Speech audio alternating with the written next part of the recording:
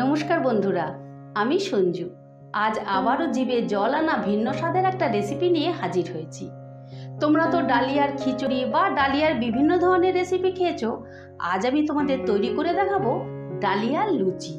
এই ডালিয়ার লুচিটা খেতে কিন্তু অসাধারণ। তোমরা যে কোনো নিরামিষের দিনে এই ডালিয়ার লুচিটা তৈরি করে খেতে পারো। ঠিক আছে, তাহলে চলো তোমরা দেখতে থাকো এই রেসিপিটা আমি ঠিক কি প্রসেসে করছি, আর এই রেসিপিটা করার জন্য কি কি উপকরণ নিয়েছি সেটাও তোমাদের একবার দেখিয়ে দিই। বন্ধুরা, আমি রেসিপিটা করার জন্য এখানে নিয়েছি ময়দা, নিয়েছি ডালিয়া, খাওয়ার সোডা, জোয়ান, সাদা তেল, সামান্য চিনি, নুন, ধনেপাতা। বন্ধুরা, রেসিপিটা করার জন্য প্রথমেই আমি ডালিয়াটা ভেজে নেব।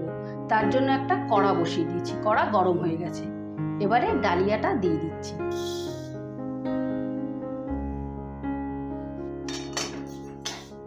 এবারে হালকা যে ডালিয়াটাকে 2 মিনিটের মতো নাড়াচাড়া করে ভেজে নেব।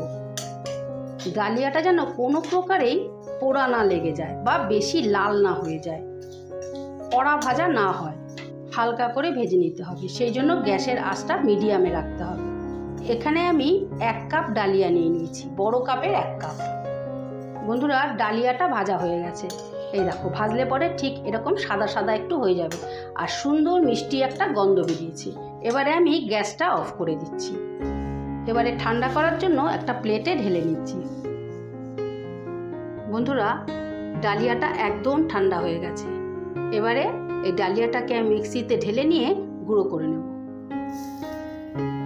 এই দেখো, ডালিয়াটা একদম মিহি একটা পাউডার হয়ে গেছে। এরকম মিহি পাউডার করে নিতে হবে। আমি 1 কাপ ডালিয়াতে 1 কাপ ময়দা দিয়ে দেব। দিয়ে দিলাম 1 কাপ ময়দা। দিয়ে দিচ্ছি অল্প একটু নুন, দিয়ে দিচ্ছি অল্প একটু খাওয়ার সোডা। এবারে দিয়ে দিলাম সামান্য একটু চিনি,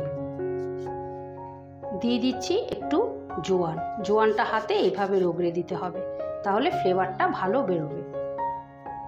এবারে দিয়ে দিচ্ছি 2 স্পুনের মতো সাদা তেল।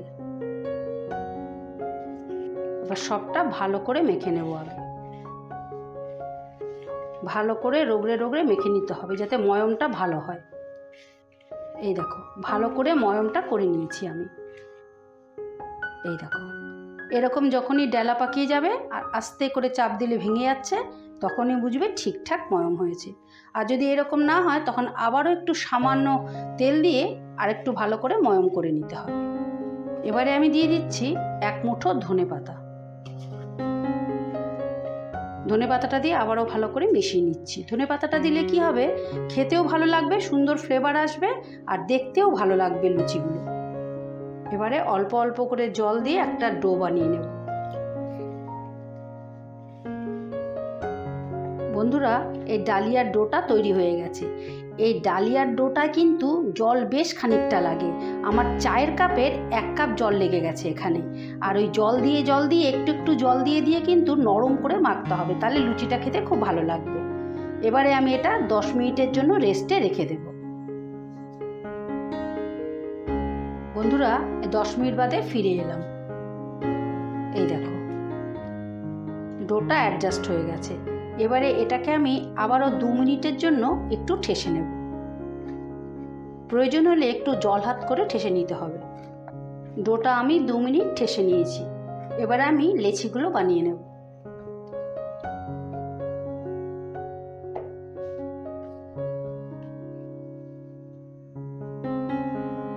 আমি এরকম একটা লেচি কেটে নিলাম।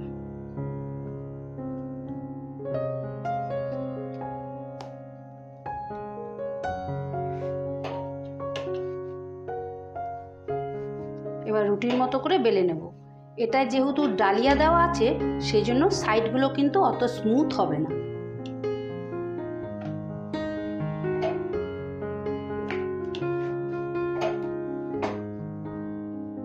এই দেখো, আমি এরকম পাতলা করে বেলে নিয়েছি, যেরকম লুচি বেলে। এবারে আমি একটা এরকম বাটি নিয়ে নিয়েছি। তোমরা যে কোনো পাত্র নিয়ে নিতে পারো।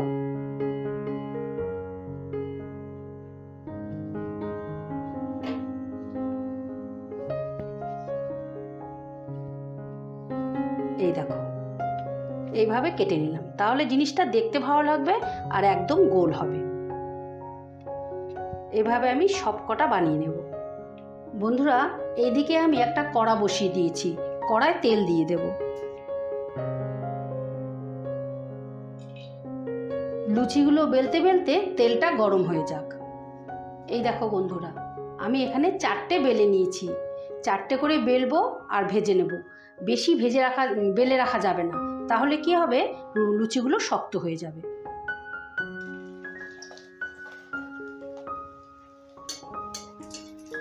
আমি 4টে করে ভেজে নেব।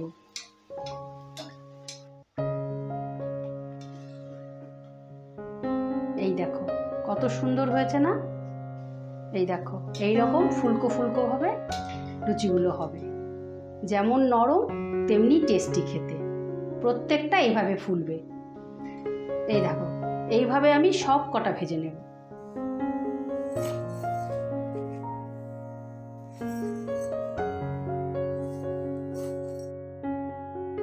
এই দেখো বন্ধুরা, ডালিয়ার লুচি ফাইনালি রেডি। তোমরা কিন্তু এইভাবে তৈরি করে অবশ্যই একবার খেও। আর খেয়ে যদি ভালো লেগে থাকে তাহলে আমার চ্যানেলটা সাবস্ক্রাইব করে রাখার অনুরোধ রইল। আমার চ্যানেলে এই রকম নিত্য নতুন রেসিপি আসতেই থাকে। ঠিক আছে, তাহলে আজ আসি। কাল আবারও কোনো নতুন রেসিপি নিয়ে হাজির হব। টাটা।